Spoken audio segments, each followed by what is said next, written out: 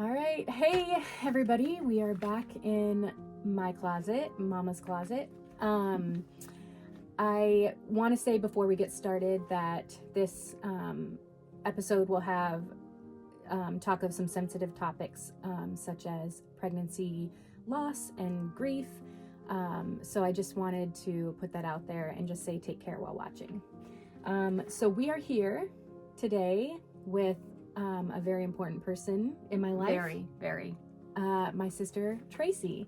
So I will hand it over to you. Tell us a little bit about yourself.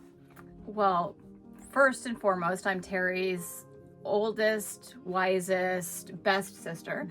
And I have to say, like, I've had the opportunity to do some media interviews through my career, but never have I done one in a closet, nor with my sister, nor on such a personal topic. So I'm really excited for today, but also a little nervous.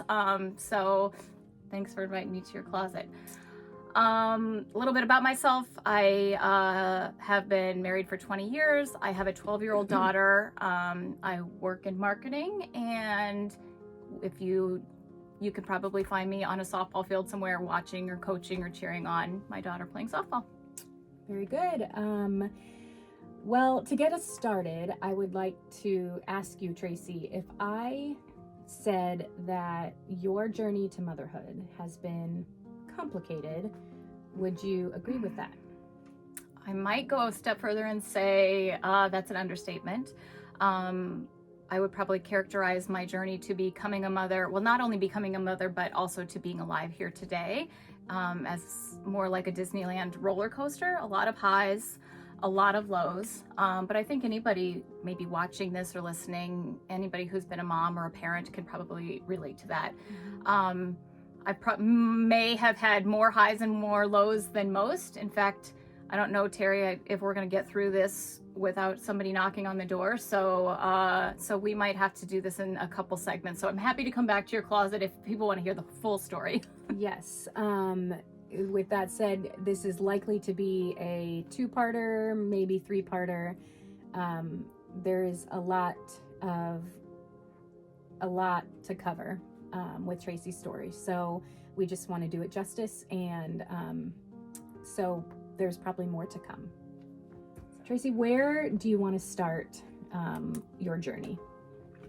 Where does my journey start? Well, I'll go back. I'll rewind 14 years ago. So I think we can all, for those moms in there who can all relate to the time when I saw my first ever positive pregnancy test. Do you remember yours? Oh yeah. Just the shock and the awe. Yeah. Yep, shock is a good word. So 14 years ago, I found out that I was pregnant. Very, very excited. And at my 12-week ultrasound, the word shock comes into play even more because I found out that I was pregnant with twins. So you talk about shock. Yeah. Do you remember how I found out? You weren't here. You weren't living here, were you? No, I was living and working in Austin, Texas, and I got a box in the mail, and it contained your ultrasound photo. That's right. I think your response was, "Do I see two?" Yeah. The answer was yes. Yep. Yes. So found out I was pregnant with twins at 12 weeks, and then at 20 weeks, at my 20-week scan, is when things started to get, when that roller coaster kind of started to dip. And that's when I found out that my twins, who were identical twins, so that means that they were sharing the same placenta, that caused twin-to-twin transfusion syndrome, TTTS. And basically what that means is because they're sharing the same nutrient source, they were getting unequal nutrients, and so one baby was growing bigger than the other baby. Right. So at 20 weeks, that's when I found that out. Wow. So tell me about that. Is that like a life and death kind of situation? Are there things that you guys were able to do, or was it something you just watch? What I remember leaving that appointment, of course, sad and scared. But also like, okay, like bring it on. Let's do this. I can do this. Tell me what I need to do. Get on the protein shakes. Let's research options. And I also, leaving that appointment, I scheduled my first appointment for the following week with a specialist to really like, okay, let's figure out what our path is. Right. Okay, so you left that appointment and you had an appointment with a specialist for the twin to twin. Right. So then what happens after that? Yep. So had that appointment, but unfortunately I wasn't able to make that appointment because at 21 weeks pregnant, it was in the middle of the night, and I remember waking up and knowing that something was really wrong. So we went down to the emergency room, and that's when I guess the only way I can describe from there that experience, just a very traumatic experience. I learned that I had gone into early labor. My water had broken, and so the experience was a mix of emotions of being really scared, but the unknowns of not knowing that if I was going to be able to stop the labor, if I was going to be able to save one baby or two babies or neither, just a lot of unknowns. I will also say too, part of the traumatic experience was, the doctor on call was just a personality that didn't necessarily match well with mine, and in the state that I was in, maybe not as empathetic as I might have needed at the time. So that all just really kind of. So he wasn't a doctor that you normally had. You've Correct. Never met him. He'd never met you. So Correct. that's tough in this kind of situation. Yeah, for sure. Correct. Yes. So ultimately what happened that night, pretty soon after kind of I got to the hospital, I delivered the first baby. I had a natural birth, and he was stillborn. So I gave birth to my first stillborn son. Did you know at that time, had you guys learned the genders? Like, were you going to find out? No.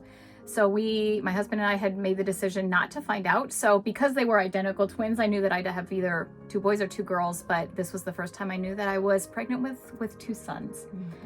Mm-hmm. And it was, I think maybe between an hour or 2 hours after I delivered my first son, that I also had a natural delivery of my second son. Again, stillborn. So two stillborn boys, and that's a lot. That's, I'm fighting back tears, but it was a really, really, really sad day. I can't imagine that feeling. I hope you never have to. And I remember, so at this point there had been a shift, and I had a new doctor, and it was a female doctor, and wonderful doctor. And I remember her coming and sitting beside me after I had delivered the boys, and she was so kind and gentle, and she said, "Traci, have you thought about holding your boys? Have you thought about naming them?" And at that point, when I got those questions, I was not prepared for those questions. Keep in mind, 12 hours ago, I still had this vision in my head of me pushing a double stroller down the street. And so I didn't know, hadn't thought about that. And my immediate reaction, my natural instinct was to say, no, I don't want to see them. I don't want to hold them. Like, I just want to walk out of this hospital and forget that this ever happened. I think that was my defense mechanism, just to try and mentally block out all of the emotions and the sadness and the trauma that was happening. And my doctor was so great. I remember the look on her face. She understood how I was feeling and why I was saying these things. And at this point, she gave me probably the best advice that I have ever gotten in my life. And the doctor, she looked at me and she said, "Traci,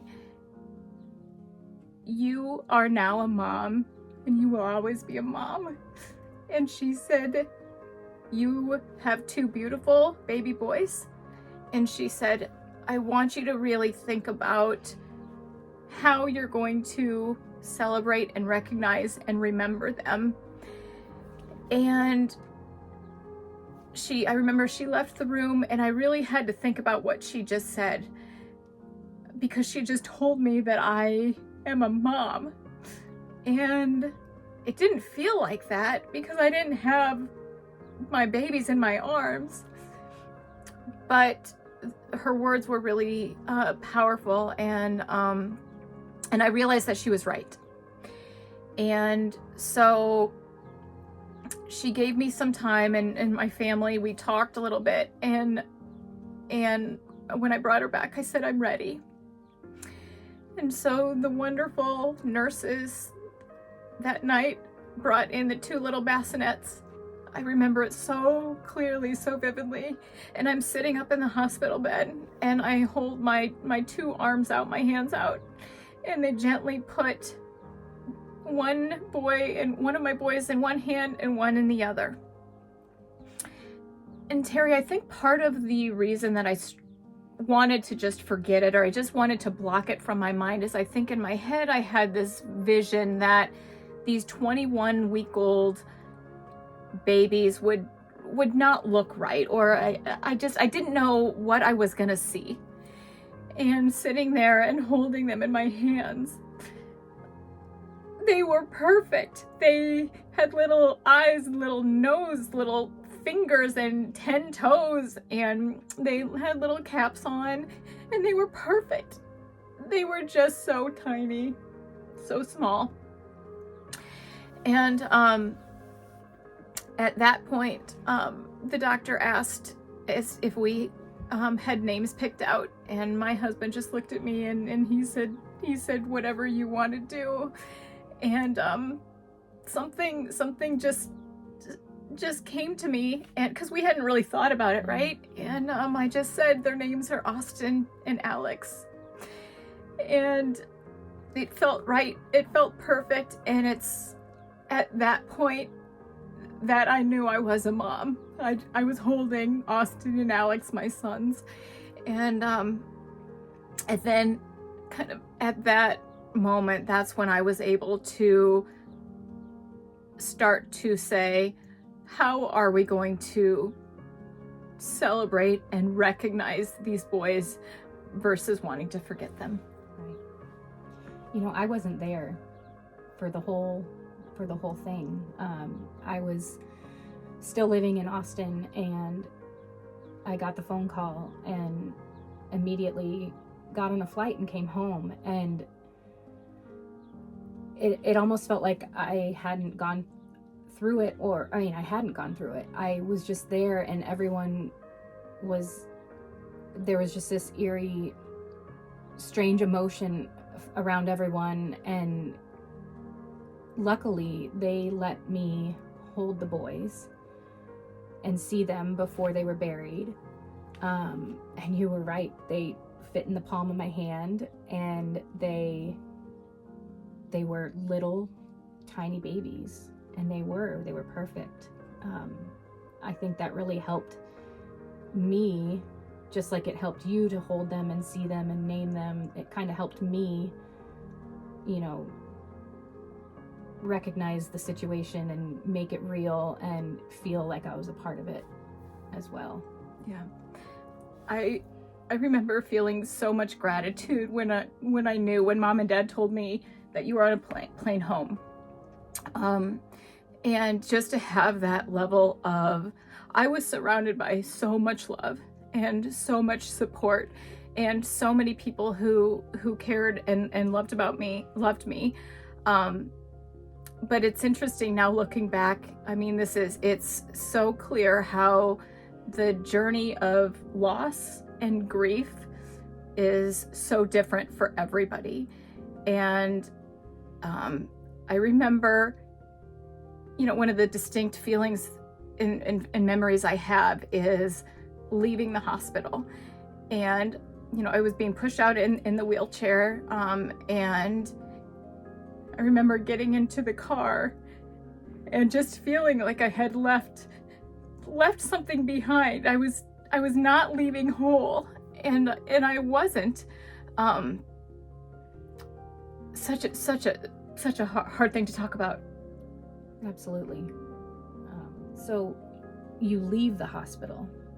Like, what happens then? Like, you don't have your babies. Like, what happens? Grief happens. Life happens. It keeps going on. But again, thanks to the great suggestion of my doctor, I really focused my attention on us planning a celebration of life ceremony. And again, we buried the boys. We made a tombstone for them. One of my favorite things that I did was the hospital took photos, actual photos of the boys after they were born. And it took me a while to have the strength maybe to look at these photos. But when I did, I could see the beauty in them. I could see my two boys together.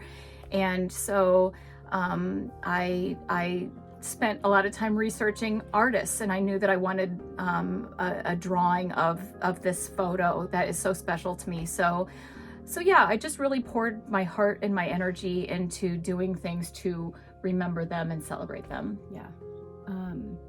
So maybe this is a difficult question, or one you've not thought about, or maybe you've thought about it a lot. What do you think, how would it be different if you hadn't held them, named them, celebrated them? How do you think things would be different now? It is a great question. I think my answer to that is, I think I would be feeling today how I felt the day that I left the hospital. I still think 14 years later, I would be feeling like there is this hole in my heart, or this thing in my brain or my head that I'm trying to suppress and forget, that I'm not supposed to be forgetting. I think I would be in a very, very different mind frame through my grief journey if I had tried to forget them. Right. What was your grief process like then? Yeah. A roller coaster, highs and lows, good times and bad. I will say, and you know me better than most, I'm the type of person to put on a happy face and try and make everyone else feel comfortable and happy and take care of everyone else. And that's what I did. I pretended I was okay. I stayed busy, and I, again, took care of everyone else. Can I tell you, I remember it was probably the day of the celebration of life, because you were in your dress and you were laying on your bed crying, and you said, I could lay here all day long and cry. And I said, then do it. And you said to me, I can't. And I'm thinking, this is your grief. Like, you're allowed to grieve. You can grieve however you want, whether that's lay in bed for days or whatever, but you just seemed like you were ready to push it all down deep inside, lock it up, and just move on. But I don't think that worked for you. Call it a sister's intuition, but I think you're right. No, it didn't work for me. I found myself in a really dark place, and grief is interesting because in the moment you don't realize it. But looking back now, I'm able to see how much I was really struggling. And again, I was surrounded by so much love, so much support. I was so fortunate, but I felt so alone. I was numb and I hurt. And so again, I think a lot of people can relate to that. There's really nothing, there's no right answer, nothing the right thing to say, the right thing to do. I found myself in a really, really dark place. And again, trying to numb myself. So here's kind of a pivotal moment in my journey where things kind of started to turn around. This was about 3 months after I lost the boys, and it was around my birthday. And so I was out to dinner having some drinks with one of my best girlfriends.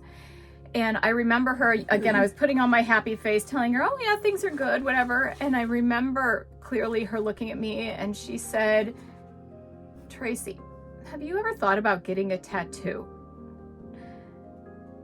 I don't know how you feel about tattoos, but I know in that moment, 14 years ago, I remember thinking that my friend was crazy because I remember thinking like, I'm a good girl. Like tattoos are for like Harley chicks and like, I don't even know, does anybody in our family have a tattoo?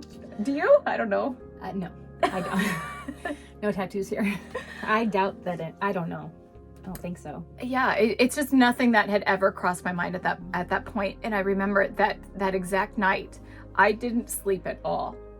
And I laid in bed and thought, why does this keep coming into my mind? There's something here.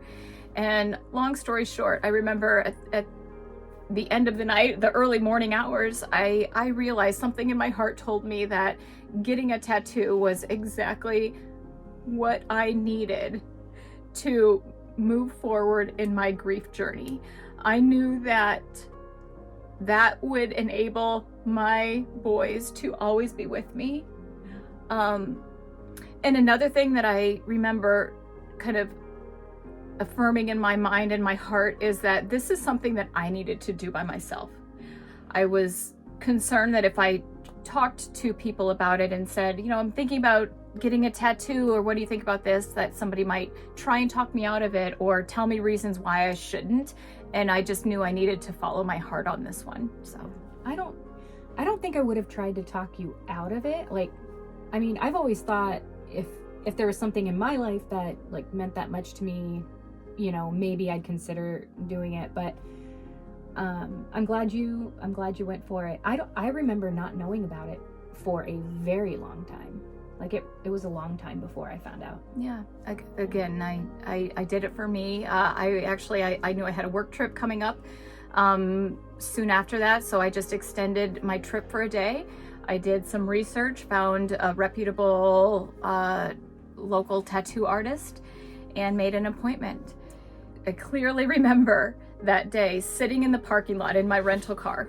I'm in my rental car and I was so close to driving out of that rental car. I thought, this is crazy. This is not for me. I had this vision that I would walk into like heavy metal music and like these, I don't know, you know, stereotypical tattoo parlors. But have you ever been in one? Never. Okay, so you're talking like the TV, what you see on TV kind of thing. Probably. My perception was reality TV. Yeah. But my experience couldn't be any further from my perception. I walked into that room and it was silent. There was nobody in there. In fact, at one point I questioned if I was in the right place. And then I remember seeing someone walk around the corner, and he reached his hand out to me and he said, "You must be Traci." And I was trying to be all cool, calm, collected. I went to shake his hand and I just started bawling. I just started sobbing, and his name was Joe, and he wrapped me in a big hug and he just let me sob. And then Joe took me back into a room and we sat down and we talked. And you know, I had mentioned that, you know, they took photos at the hospital of the boys when they were born, and they also had done the ink prints of their hands and their feet. So I had brought those with me. And as I talked to Joe, and we just kind of worked together to figure out what is the best way to memorialize and remember my boys through tattoo, and we came up with this idea to use the left feet print of both of the boys. So that's my tattoo, is the left feet of both Austin and Alex. And so he sketched it out, and when I saw it, I knew it was perfect. It just felt right. And so we went back and we you know, we started the process. And again, all I see is reality TV, and you hear like, oh, tattoos hurt so much, and I didn't know what to expect. And there was some level or degree of what you would call pain, but I remember as he's, doing the process and doing the tattoo or tracing or whatever it was, the pain almost felt therapeutic. I remember it feeling almost like a release of all of the grief that and the emotions that I had been carrying for so long. And it was just a really beautiful feeling. And as he was doing it, Joe is a complete stranger to me. He was asking me about Austin and Alex and about my process. And again, it all was just almost very, very healing. Me talking about them, me releasing this grief. It didn't take long because my tattoo is small. And when he got done, he asked me if I was ready to see my tattoo. And because it's on my back, my lower back, I had to, I stood up and he gave me a mirror, so I'm looking back in the mirror. And I just remember that feeling of seeing my tattoo for the first time. And I like fell to the floor and I just started crying again. Again, it's just a release and a healing. And it was at that moment when I knew that everything was going to be okay. I didn't know how, I just felt okay. And, incredible. I mean, I'm glad that something as simple as a tattoo could give you so much like peace and, healing. That's pretty incredible, powerful. Being your sister, I know that there are other things that you do, our family does, to help remember Austin and Alex and celebrate them. So why don't you tell me about some of those things? Yeah. So April 20th is their birthday. So as I mentioned, they're at the cemetery. We have a headstone. We talk openly with Hannah, our daughter. She knows that she has 2 brothers in heaven. We go and we release balloons on their birthday. We send the balloons up to heaven to her brothers. I also, one of the most special things I've ever been given is actually from our youngest sister, Jamie. My sister makes bracelets, and I don't know if you're able to see these in Mama's closet, but the point is, my sister made me a set of 3 bracelets, and one of them has an A and an A with a heart in the middle. So I wear my bracelets often.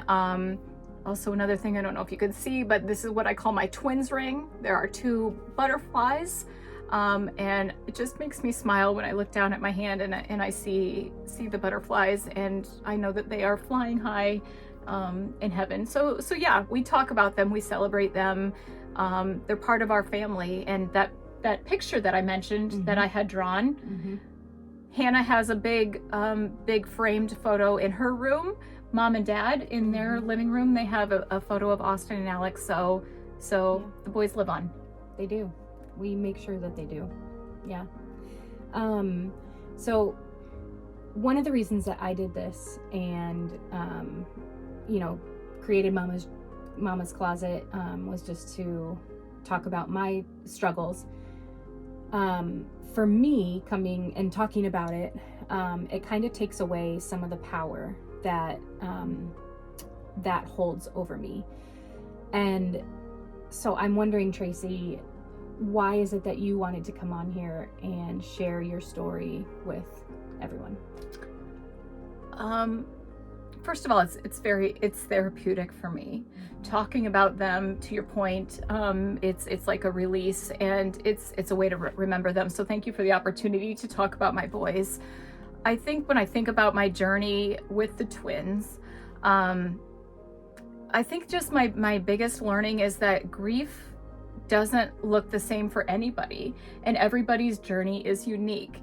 And what I learned is to be open-minded and have an open heart to ways to get through your grief. I never in a million years thought I would have a tattoo. right? It just doesn't even seem like me, right? Does it? Like, yeah. I don't know. But again, I think as we all navigate through our own journeys, whatever they are, there's not the right thing to do, not the right thing to say. Open your heart, open your mind, open your world, and figure out what works for you. Yeah. Well, that was quite the journey, and unfortunately, that's not really the end of it, is it? Kind of like everybody's grief process is different, everybody's journey is different. My journey to get to today has more chapters, yes, to the story, and so I'm happy to share them. I can't believe that your kids haven't come barreling through the door, but they're probably going to soon. So yeah. I guess stay tuned. Yeah, we will wrap this up now and just be ready for more, because there's more to come. Until next time. A big thank you to my sister Traci. She's been on a journey to motherhood that no mother should ever have to go on. Unfortunately, I know that there are others out there who have experienced loss in the way that she has, and I'm just hoping that watching this, you feel a little less alone.